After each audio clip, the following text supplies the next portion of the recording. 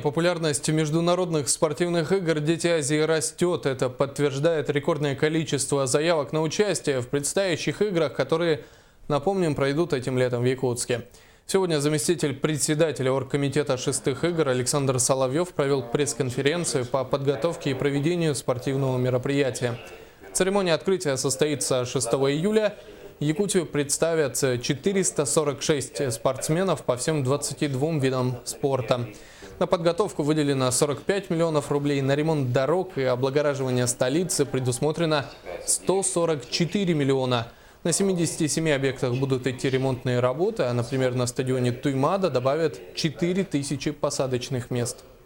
В конце января начинается серия совещаний у главы Республики Саха-Якутия Горханыша Борисова по отдельным направлениям.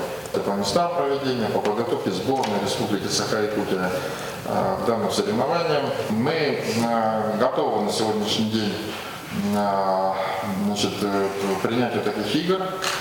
Сейчас ведется активная работа по направлениям, так как подготовка мест проведения соревнований спортивных, мест проживания, объекты питания, культурная программа.